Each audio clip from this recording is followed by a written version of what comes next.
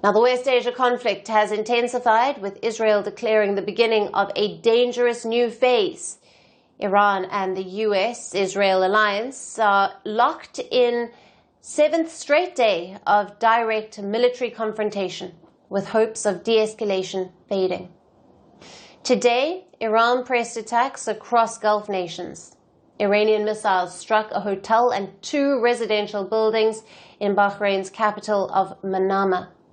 Now, the attack came just a day after an Iranian missile strike triggered a fire at an oil refinery.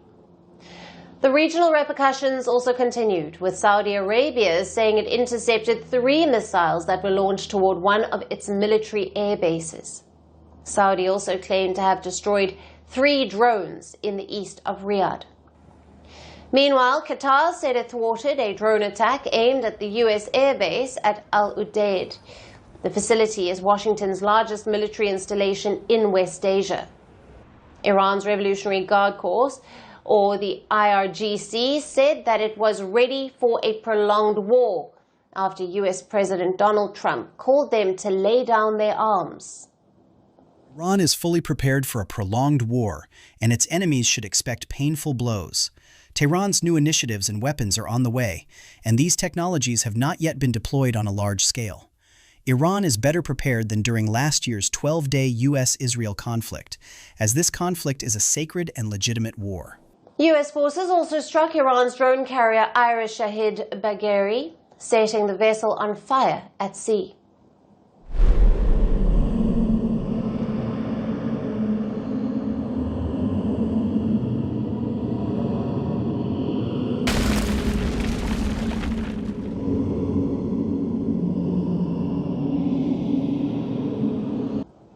In parallel operations, the US B-2 stealth bombers dropped heavy bombs on missile sites deep underground in Iran.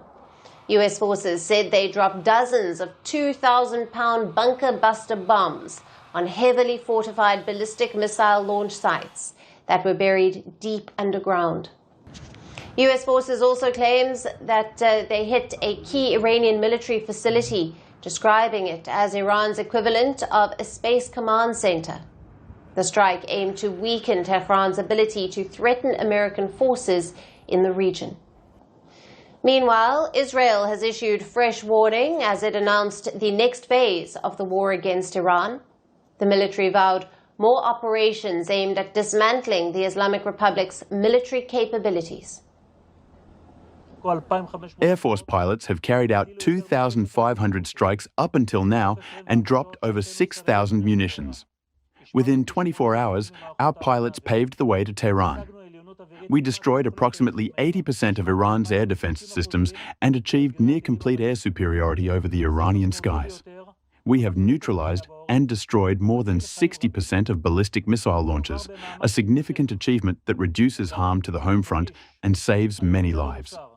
This is an ongoing effort.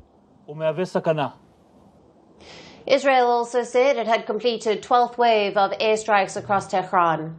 The Israeli military launched aerial assaults after detecting fresh missile launches from Iran and activated its air defense systems to intercept the incoming projectiles. The Israeli Defense Forces also said it had dismantled sites linked to Iran's internal security unit. The special unit responsible for all internal security forces in Al-Borz province was targeted.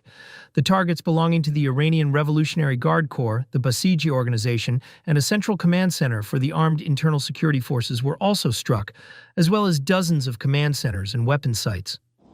On another front, Israel forces continued bombing southern Lebanon. The Israel Defense Force said that it conducted 26 strikes in the Dahe area of Lebanon overnight, targeting Hezbollah infrastructure. Hezbollah's head of artillery and firepower management commander was reportedly also killed in the strike. The conflict erupted after the United States and Israel launched strikes on Iran last Saturday. The attack reportedly killed 86-year-old Ayatollah Ali Khamenei, Iran's supreme leader, triggering rapid and dangerous escalation across the region. A week into the Iran-US-Israel war, the battlefield is now expanding beyond West Asia, With new fronts emerging and global tensions rising, the question now is, what comes next? Power doesn't end quietly. Some deaths are not accidents. They are messages. A gunshot. A crowd. A country frozen. The killer disappears. The questions don't. This is not just about who died. It's about what followed. Governments fell. Armies moved. History rewrote itself. 5 leaders. 5 moments. One pattern. The assassination.